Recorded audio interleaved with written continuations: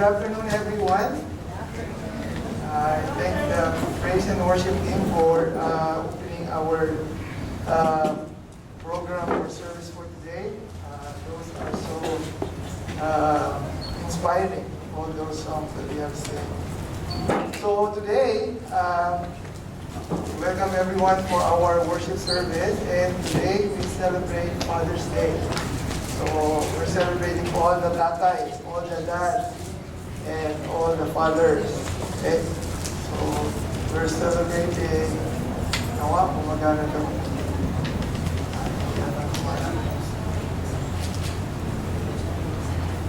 Yun. Okay, so gumagana siya. So again, we're celebrating Father's Day, and it's the month for June, right? So I think a lot of churches do celebrate Father's Day in the month of June. And today we will be using this theme for our message this afternoon. And since it's Father's Day, we will be looking into a life of one biblical character who also happens to be a father. Okay? Sa those who are attending Bible study, especially on Tuesday, you can relate on this one because exactly this is can be found on Mark chapter 5. I think this is where we are already in our book study. And at the same time, we will try to draw inspiration on how to become an ideal father for those fathers. And for those who are not, we'll try to learn some principle lessons on how we could encourage those who are. Okay? So what is the goal? Here's the goal. There. That's the goal. The goal is to capture some inspiration from the life of a loving father. It's Father's Day, so I just thought that it would be a good thing for us to study a character in the Bible that who so happened to be a father. So meron pong tao sa Bible, isa siyang tatay, that we will try to study his life. So we will try to learn some principles on how to become an ideal father. And for those who are aspiring to be one, right? And like what I've said a while ago, learn some inspiration so that we could also use this to encourage those who are not. Siyempre, iba naman sa atin, hindi naman tatay. Not all of us are fathers, so we could also use this lesson to encourage those who are. So if you have your Bible ready with you, I'd like to invite you all to stand up and open your Bible in the book of Matthew. Okay? We will use this as our inspirational text. Actually, we could find this story also in the Gospel of Mark and in the Gospel of Luke. So 3 Gospel writers wrote this story, but we will be using Matthew for this time. So if you are there, open it in Matthew chapter 9, and we will be reading from verses 18 to 26. Okay, so I have it on the board, and you could also follow along with me as I read it. So this is how it goes. Verse 18, it says here, as Jesus was saying this, the leader of the synagogue came and knelt before him. And this is what he said, my daughter has just died, he said, but you could bring her back to life again if you just come and lay your hands on her. So Jesus and his disciples got up and went with him. Just then a woman who had suffered for 12 years with constant bleeding came up behind him. She touched and fringed of his robe. For she thought, if I could just touch his robe, I will be healed. Jesus turned around, and when he saw her, he said, daughter, be encouraged, your faith has made you well.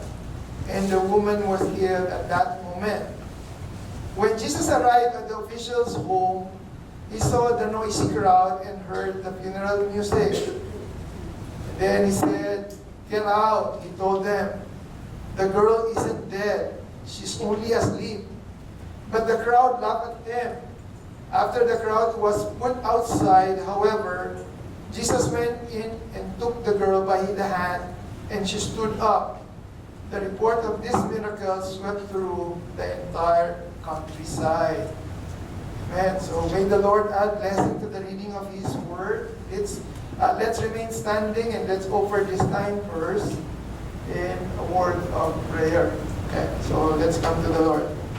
Our Heavenly Father God, Lord, once again, we are so thankful and we are so blessed, Lord God, for you gathered us all here to study your word, Lord God, to listen to your message for us this afternoon. Lord, we thank you also for the inspiration of the songs that we have sang. Truly, indeed, Lord, these help us prepare our hearts for your message. Lord, I personally pray that you will be the one to deliver your message for this afternoon. Use me only, Lord God, as your instrument. Be the deliverer of your word, Lord God, and be glorified in our midst. You and you alone. We entrust everything to you, Lord. In Jesus' name we pray. Amen. You may now sit down. By the way, the title of our message, it's on the board. It says there, Persevering Love of a Faithful Father. So this is a light lesson. It's fine, right? So, right, tumagal. Okay. I hope it works out. So it's a light lesson from Jairus, the ideal father. It's the one that we have read. Okay? And since it's Father's Day, allow me first to give you some background about Father's Day. I just find it appropriate for us to understand where does Father's Day originated from. Saan ba nag-start yung Father's Day?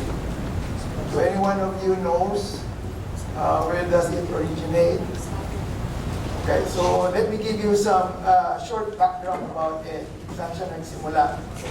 Actually, Father's Day was founded in Spokane, I think Spokane, Washington, at YMCA in 1910. And this was introduced by Sonora Smart God, who was born in Arkansas. Yung itsura niya, yung babae niya. Okay? So, it started in 1910. Sonora Smart God was also a member of the old Sanitary Presbyterian Church, now known as Knox Presbyterian Church. Doon siya nag-attend. That is where she first proposed the idea. After hearing a sermon about Jarvis Mother's Day in 1909 at Central Methodist Episcopal Church, she told her pastor that fathers should be given a similar holiday to honor them. So meaning to say, Mother's Day came first before Father's Day. Okay? Mother's Day was introduced first before Father's Day. Although she initially suggested that Father's Day should be celebrated on June 5, which was her father's birthday, the pastor did not have enough time to prepare a message during that time. So eventually, it was celebrated third Sunday of June. During that time, it was the 23rd. So several local clergymen accepted the idea, and on June 19, 1910, the first celebration of Father's Day was held. And the sermon is about honoring Father, was presented throughout the whole city. Okay, so 1910. Father's Day was not celebrated in U.S. outside the Catholic tradition until the 20th century. Okay? So only during the 20th century that it was celebrated in the Catholic tradition. So in short, Father's Day is just a replicate version of Mother's Day. Okay? So mas nauna yung Mother's Day. So don't think that it's not important. Actually, Father's Day is also important. Actually, when I try to research on this topic, I try to ask myself, how really is it important? Kano ba ka-importante yung Father's Day? And to better answer that, I found an illustration that describes how important Father's Day is. Actually, there is this store clerk that was asked by some, yung passers-by, the client, and they were, the store clerk will ask if they were ready for Father's Day. Because they know in Mother's Day, there's so much preparation. And then the store clerk replied back by saying, I guess so. So, ganun daw ka-importante ang Father's Day. So, that's how important Father's Day is. It's just like an ordinary day for them. So, I hope you catch the funny story of it. Well, again, this is how Mother's Day is being celebrated. All the restaurants are all packed. But during Father's Day, nobody. Right? I don't know if you observe this, right? But during Father's Day, most of the time, they only ask the father, can you just have barbecue at the backyard? Right? But when it's Mother's Day, there's a lot of, celebrations happening, right? In Father's Day, there is less preparation. Do you agree? Would the fathers agree, right? Basically, actually in the past, what I have heard, most of the time, how people do celebrate Father's Day is they call their dad collect. I don't know if you reach this time. Kasi ako, during that time, meron pa yung mga, di ba, you use the phone booth just to greet your dad, but you charge your dad collect. I don't know if you know that, especially the generation now.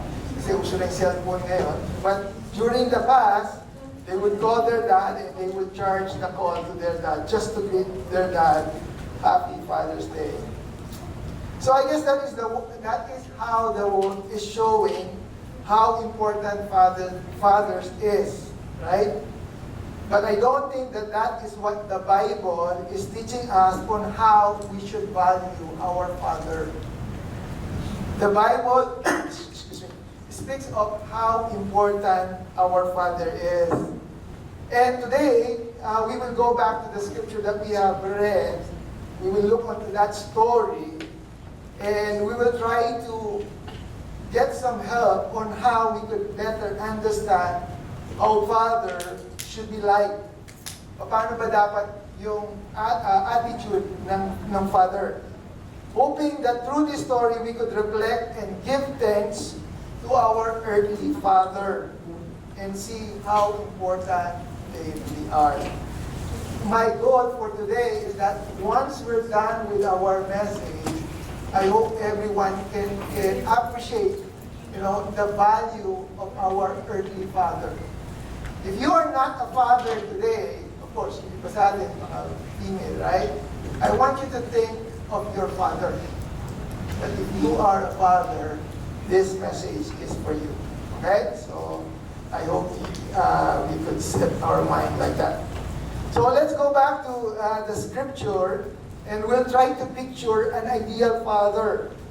Because nowadays, this is, the challenge. How to become an ideal father, right? But before we dive back, let me give you again some background about, the story that we are about to read or about to study. The thing that we have read a while ago, actually, this is part of the story where Jesus, in the previous event, crossed the sea, right? He calms the storm. And this can be found on Luke chapter 8. So before he met Jairus, in the previous event, it was the time when Jesus crossed and calmed the storm.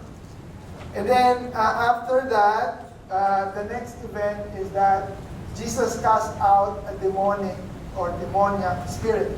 Remember the one that we're studying in Mark chapter 5 in our Bible study? Right after the Lord Jesus Christ and His disciples crossed the Sea of Galilee, they met this demon-possessed person who was possessed by a legion, meaning 1,000 evil spirits, right? And the Lord has cast out that demonic spirit to that person.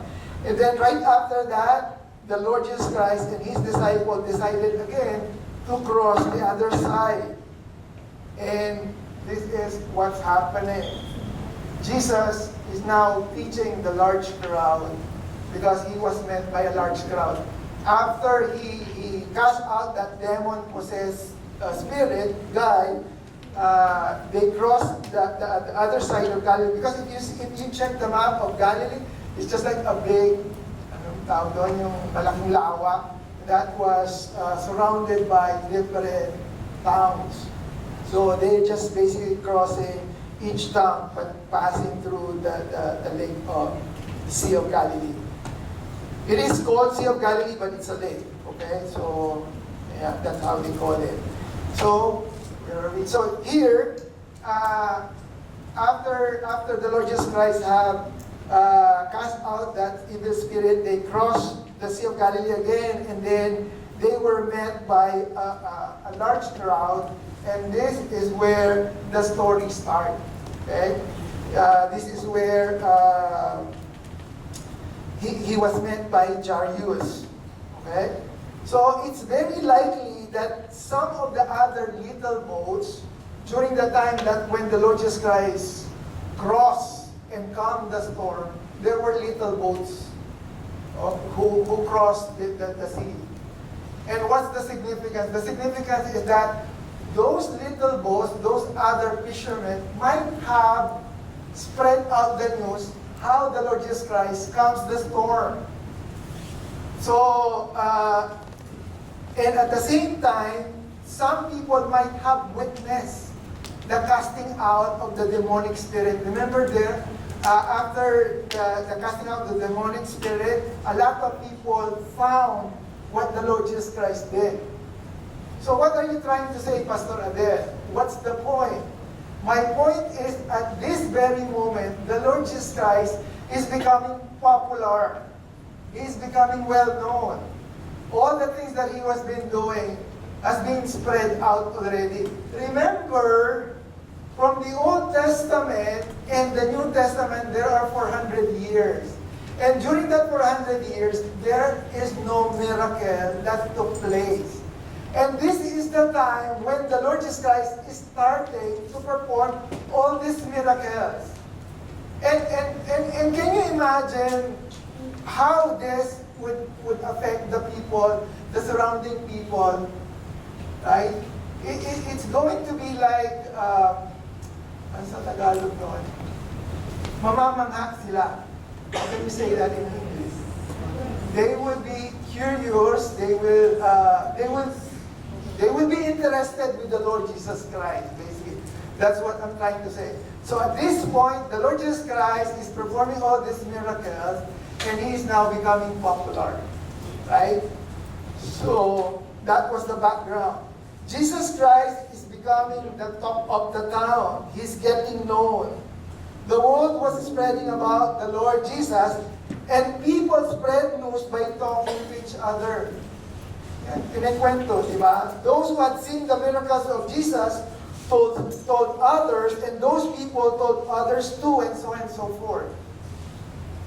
And like what I've said, you know, it has been 400 years since this type of thing is happening.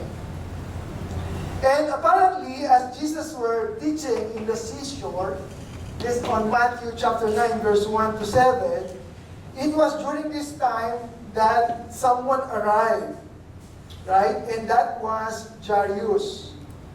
We know that many of the Jewish leaders did not follow Jesus. Remember, Jairus was a synagogue leader. He was a Jewish leader. And these leaders were very angry. Most of them were very angry about Jesus and His teachings. But this time, it's different. What are you trying to say, Pastor Adair? Again, this is what I'm trying to envision para sa bawat isa sa atin. During that time, most of the Jewish leaders in the synagogue were against the Lord Jesus Christ.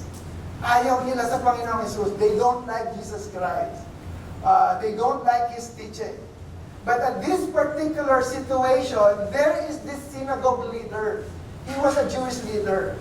And he approached the Lord Jesus Christ. So there is a bit of a contrast. Kasi di ba, nilalayuan nga siya ng iba, pero this one particular synagogue leader, whose name is Jairus, came to the Lord Jesus Christ. In this story, we will learn about this synagogue leader who did put his trust on Jesus, who went to find Jesus when he had a big problem. He needed help fast, but Jesus wasn't nearby. You know, Jesus had been teaching on the other side of the Sea of Galilee, and on his way back, a lot of people is pressing on him. So when people heard that Jesus was returning because he's becoming popular, he is being crowded. Diba? Especially in the shoreline. Jairus, the synagogue leader, was one of them who is trying to squeeze in to find a way to meet the Lord Jesus Christ. This is the situation, this is the scenario that is happening on the background of the story that we just read. Nakikipagsiksikan si Jairus just to get hold of the Lord Jesus Christ. He had a big problem. And he needs the Lord Jesus Christ. Like what I've said, Jairus was the leader of the synagogue. Ano ba itsura ng synagogue? Okay, so Jairus at Jesus' feet, right? He was able to meet the Lord Jesus Christ, and he fell on Jesus' feet. This is the synagogue. Okay?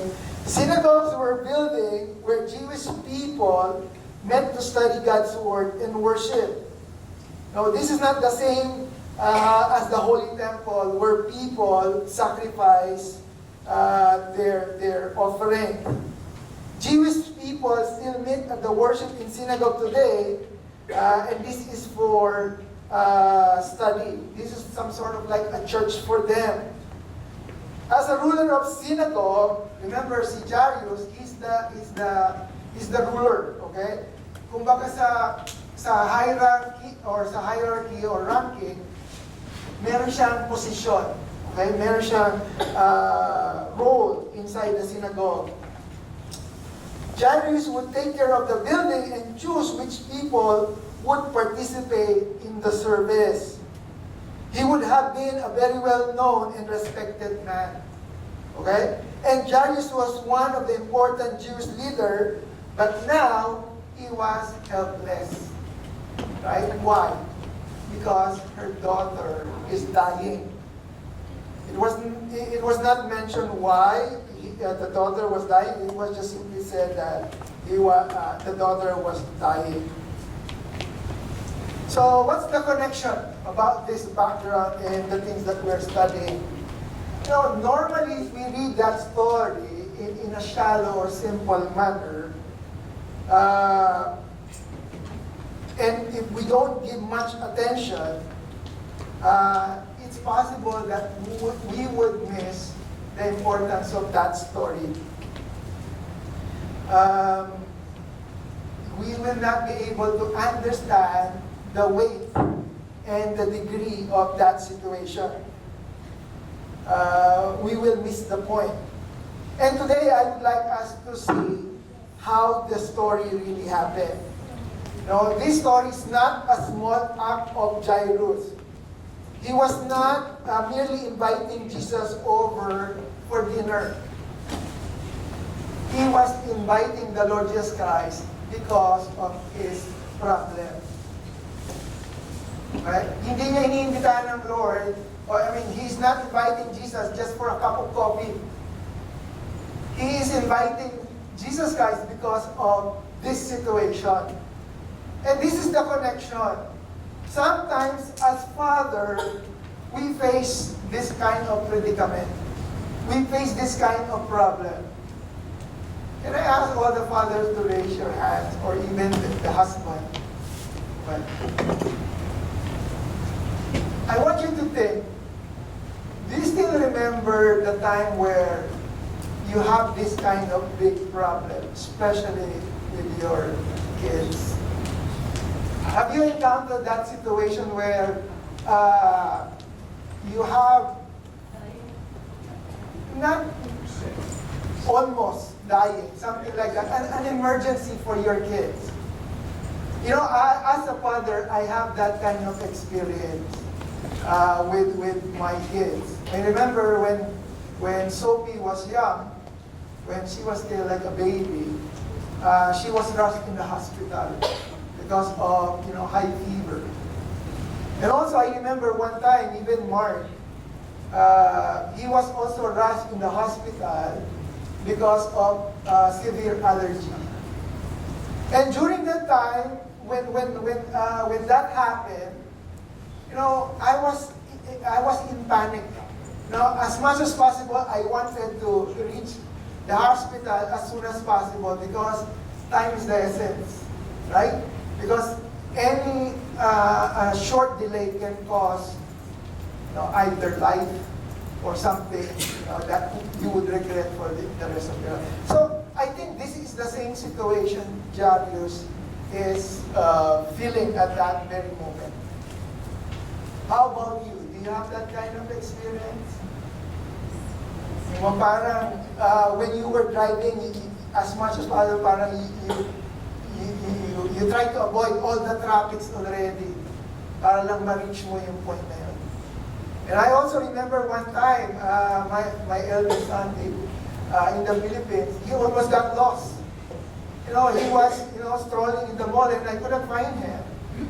And of course, you know, as a father, you have that urgency, that kind of feeling of danger and wanting to solve the problem immediately. So what's the point? Well, the point is I'm just simply trying to relate this kind of feeling that Jairus has. Hindi siya, sabi ko nga, it's not just a simple, you know, problem that, oh, my daughter is sick.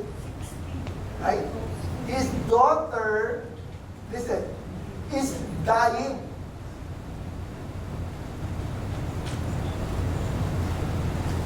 Imagine if your daughter is dying, what kind of feeling will you feel?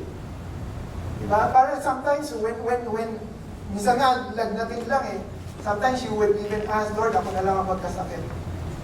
Let me have that sickness rather than my kids, right? But this time, it's different. Right? I mean, the story is different. Jairus' daughter is dying. And again, we will try to understand some attributes of Jairus, why he was, you know, quote unquote, classified as an ideal father. Let's try to look on how he responds to his situation.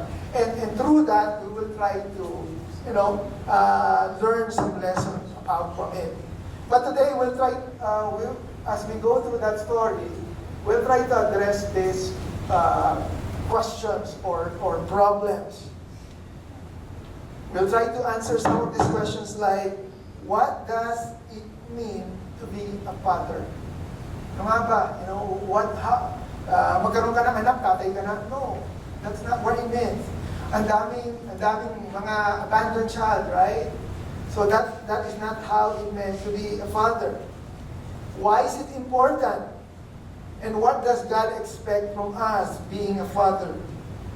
And to help us understand this more clearly, I will divide the story into 4 sections. Okay, the one that we have read. Starting with the first section, the petition. When problem strikes. We could find this in Mark. Actually, I'm using Mark this time, which is the same similar story that we have read, but I'll be using Mark. In verse 21, this is how it said. When Jesus had again crossed over the boat to the other side of the lake, a large crowd gathered around him while he was by the lake.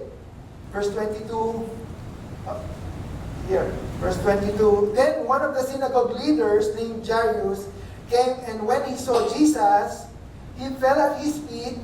He pleaded earnestly with him and said, "My little daughter is dying.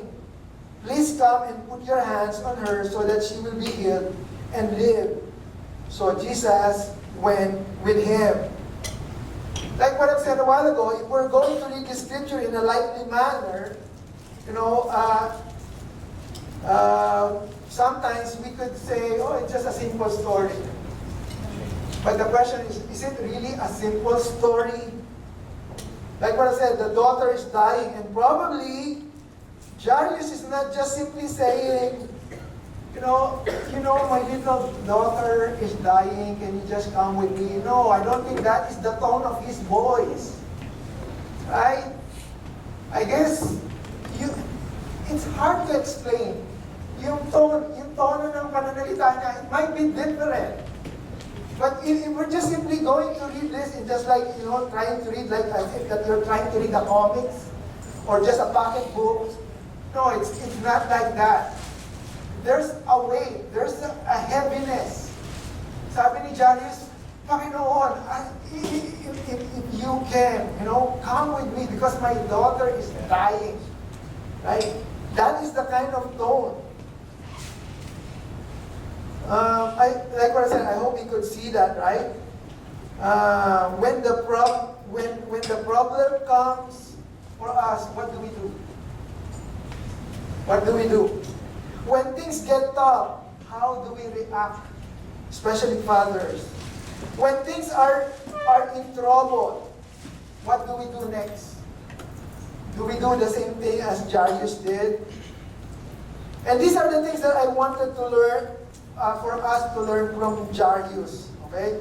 The principles that we could learn from Jairus. Number one,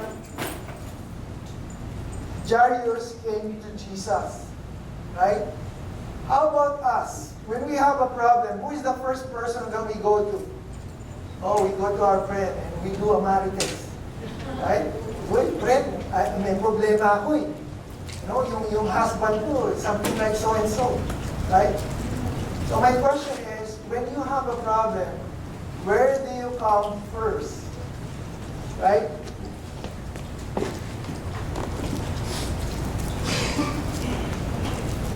Jairus had a high-level position in the synagogue, right? So when Jairus came to the Lord Jesus Christ, he's basically facing a lot of opposition. Did you catch that? When Jairus goes to the Lord Jesus Christ, yung mga kaibigan niya probably would question him. Why would you go to Jesus? I thought, we're not listening to him. But now, why are you going to him? There would be a lot of opposition. Diba? Some of the other Jewish leaders might tell him, why would you even come to him? And some might even question him. The other Jewish leader and the other synagogue leader, they are against the Lord Jesus Christ. But what is Jairus simply telling these people? Listen to this father, especially the father. Pag may sakit ang anak ko, kahit ano sabihin nyo, I will not listen. And this is what Jairus is saying. I don't care whether you are against him, but when my daughter is sick, and when she is dying, I will go to the Lord Jesus Christ. I guess this is what Jairus is telling the other synagogue leader. Right? There would be opposition, but he doesn't entertain them. All those comments from the other synagogue leaders, he would not listen. And that is what we father should do. Because sometimes, we have the tendency, I have a high position, right? And sometimes we do not want to lower ourselves because of our pride. We do not want to lower ourselves just to, especially to cater the need of our kids or our family. So Jairus came to Jesus. Again, I hope that challenged us. What else? What did Jairus do that we could learn from him? Number 2, Jairus fell on Jesus' feet. Right? What does it mean? It means his act is an act of reverence. Jesus, giving Jesus the highest respect As if telling the Lord, I am nothing and you are everything. It's a total submission, acknowledging who Jesus is. He fell on Jesus' feet. Remember what we sang a while ago? Sabi ng song, ano sabi ng song? I want to sit in Jesus' feet. Right? When was the last time we fell on Jesus' feet? Right? When was the last time we humbled ourselves to Him? Most of the time, because of our pride, we do things on our own. I'll fix my problem. I'll make my own solution. No, I will not come to Jesus and fell on His feet because I could manage it on my own. Well, because of that is your pride, right? But that is not what Jairus did. Regardless of his position, regardless of the opposition, regardless of, anything, he just fell on Jesus' feet. Why? Because of his love for his daughter. What else? It's just a simple one-line, simple message, but we could learn so much on it. Number 3, Jairus pleaded earnestly.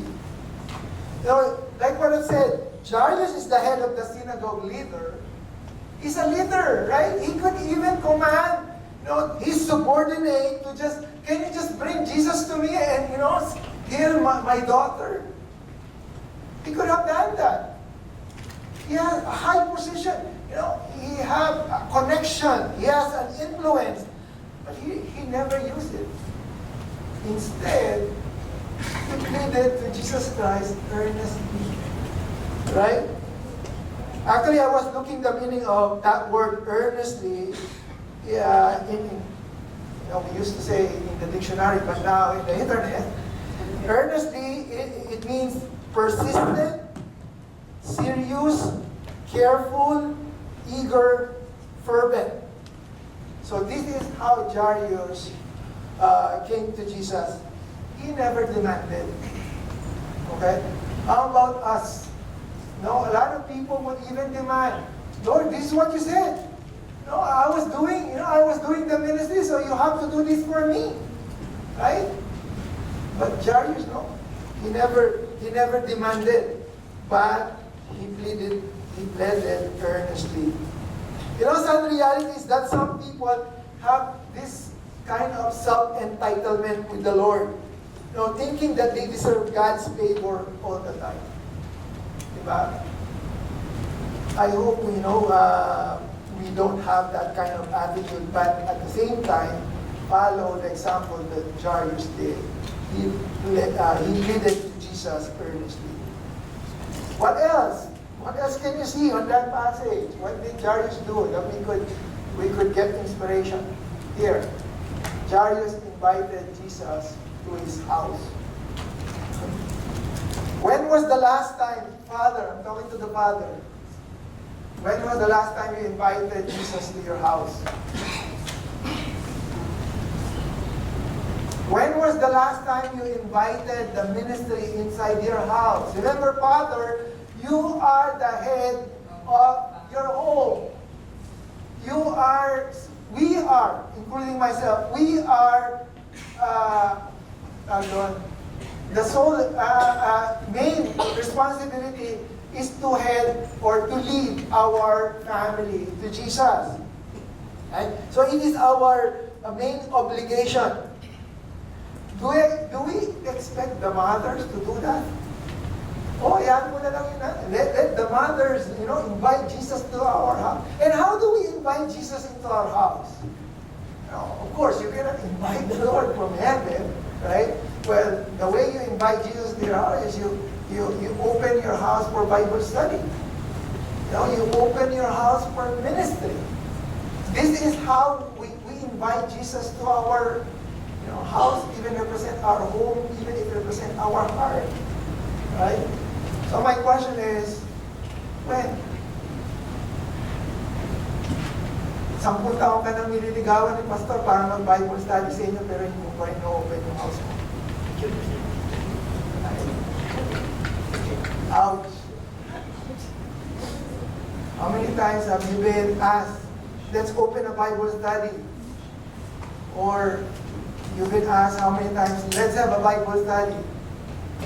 That is one way of inviting Jesus, right? Not only to our house, but even to our hearts. Pero how many times you shut the door? Next time na lang, kuya. Right? Oh, good thing, meron pa rin tayong chance, right? There's still a chance. What else? You know, what did Jairus do?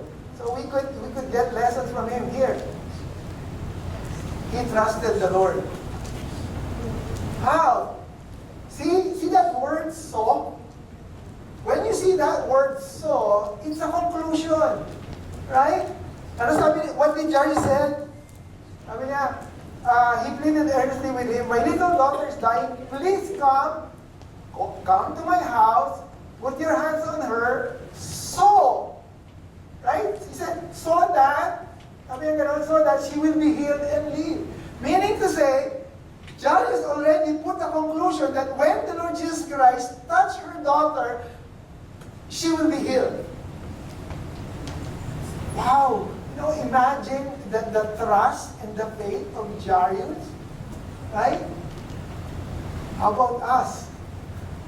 How much do we trust the Lord Jesus Christ? Right? Oh, wala akong pera ngayon, mag-overtime ako. 2 beses, 3 beses sa isang linggo. Right? How do we really trust the Lord? Right? I mean, I don't know your situation, but I hope this challenged us, not only for fathers, but also for us who are children, right? How about us? My question here on our first section, okay, isang na lang, is how do we seek, right? Or who do we seek when we have a problem? Where do we go? Do we go to Jesus' feet or to the feet of our neighbor? What do we do? Right? Do we invite Jesus to our home? And when do we do it? And how do we feel about it? Now let's move on to the second section of the story. This is just the first portion of the story. He asked the Lord Jesus Christ, pleading to come to his house. Let's look what happened to the succeeding. There was a postponement. The first one is there's a petition. What do you mean postponement? Here, let me read. Mark chapter 5. The woman, the woman whose name is never given had suffered from hemorrhage, for 12 years. I think that is safe to say that her ailment was female in nature. It's not difficult to understand why she approached Jesus and seen from behind. While Jairus faced the Lord, falling at his feet, Jairus beseeched the Lord to bring healing to his daughter. This woman did not even ask. See the difference? Si Jairus, he came face to face with the Lord Jesus Christ. But this woman, she sneaked in at the back of the Lord Jesus Christ. Well, you know the story, right? She touched the room and she was healed, right? So, what's the point here, Pastor Adel? What's your point there? Well, there was a postponement. What do you think Jairus would feel? Remember what the Lord said? Okay, I will heal your daughter, let's go to your place. And then as they go to Jairus' home or house, here comes a woman, right? Who was a problem, right? So there was a delay, right? There was a postponement. If you are Jairus, what would you feel? Siguro you would feel, probably you would say, pwede ba bukas ka na magkasakit? Kasi mamamatay na yan ako eh. Right? I hope we can translate that. Probably Jairus would say, Can you bother the Lord Jesus Christ tomorrow because my daughter dying? Right? Can you postpone your ailment?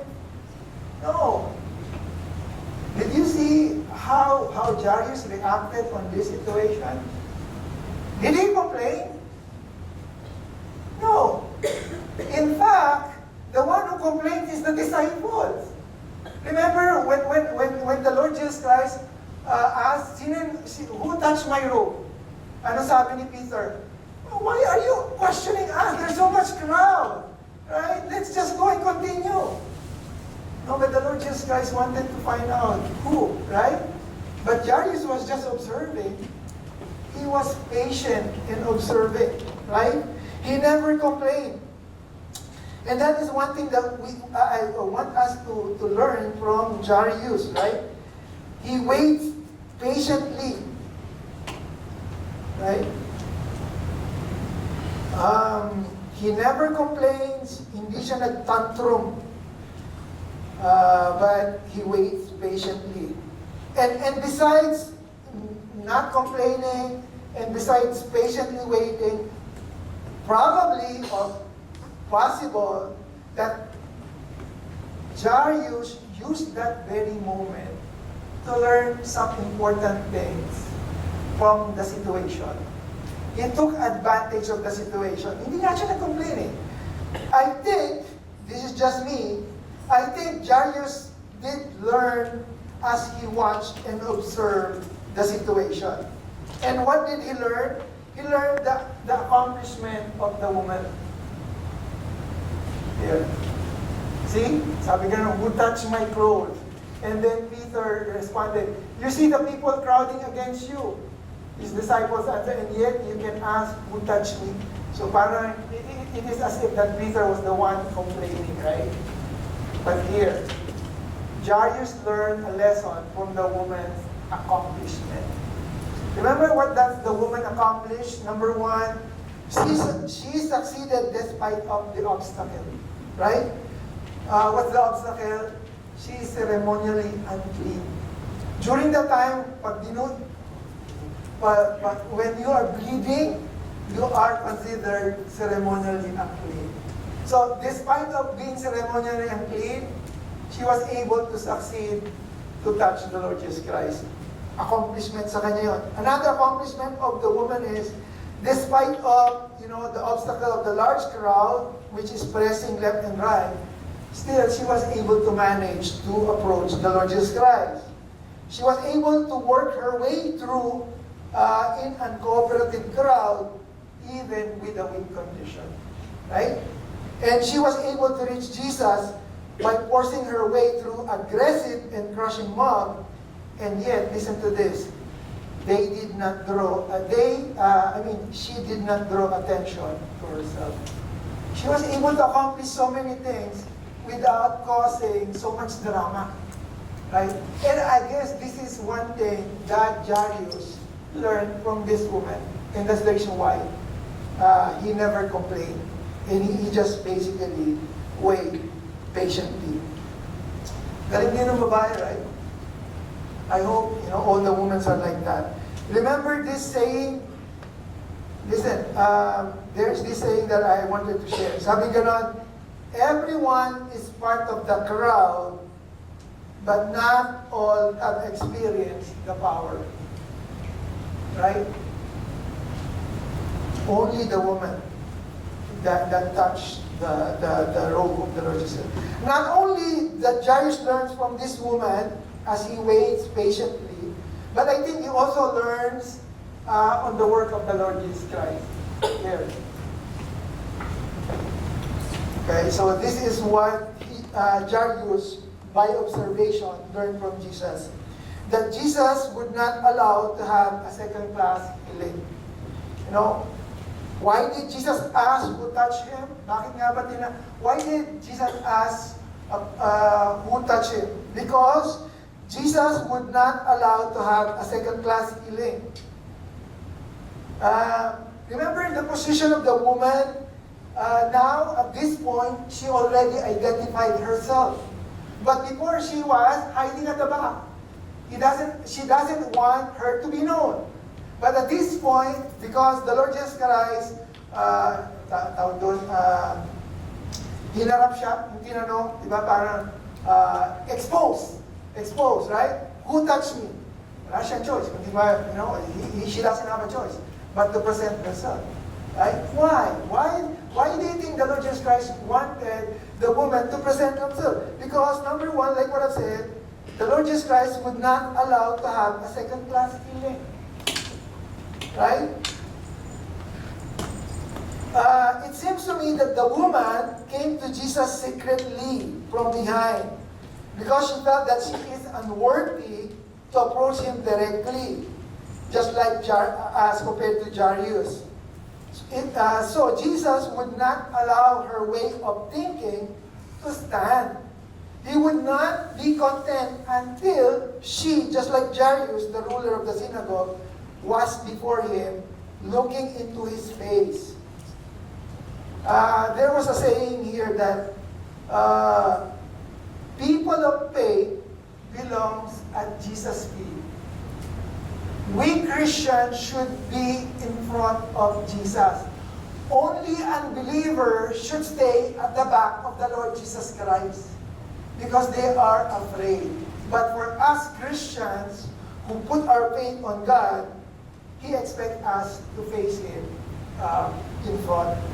So that is my point.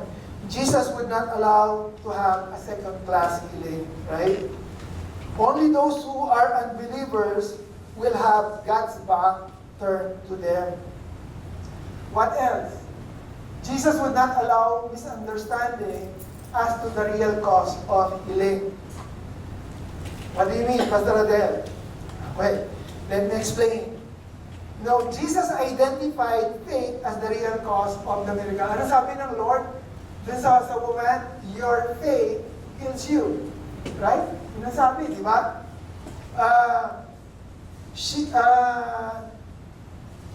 believed, as the other gospel record, that if she would touch Jesus, she would be healed.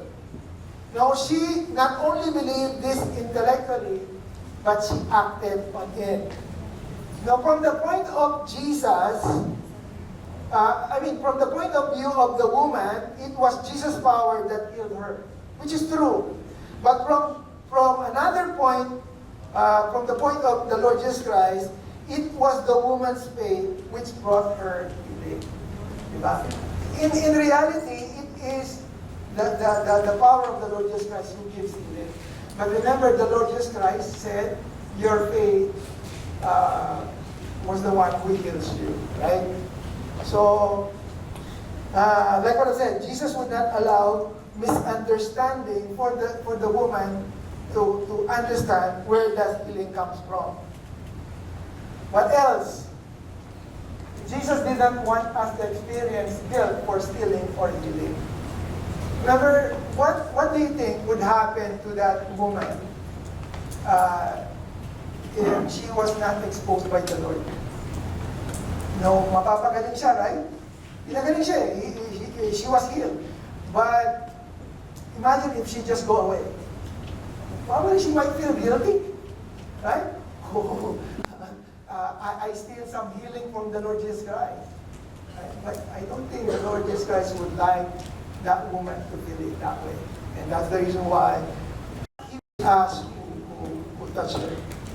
And lastly, Jesus would not allow faith to be anonymous. Right? It's similar to what I said a while ago. Right? Initially, I wondered why Jesus would insist that later, raising of Jairus' daughter became silent. Kasi later, the Lord Jesus Christ said, don't tell, right? When he heals the daughter of Jairus. While with this woman, He made her public. Diba? But I think I understand why now. Because it is not the miracle which Jesus wanted to make public, but rather the woman's faith. What do you mean, Pastor Zed? Tagalogin ko na lang po. Ang gusto ng Panginoon, hindi makita yung miracle. But what He wants na umangat ay yung faith.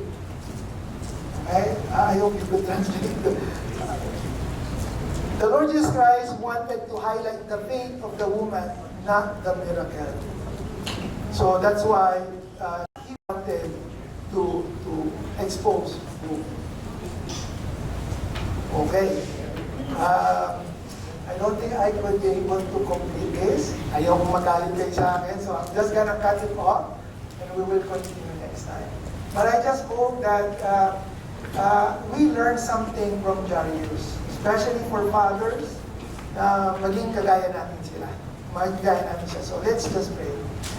Our Heavenly Father God, Lord, once again, we thank you for this simple message about the life of Jairus, Lord God. One of the biblical character in the Bible who is a father, who is a faithful father who loves her daughter so much. Lord, I just pray also, Lord God, for the fathers here, Lord God. Lord, I pray that you will bless each one of us, Lord God, to be like Jairus, to have that kind of attitude, Lord God, especially when trouble comes, Lord God. First and foremost, that we would seek you and fell on your feet, Lord God. And trust you, Lord God, that you are the only one who can answer all our problems.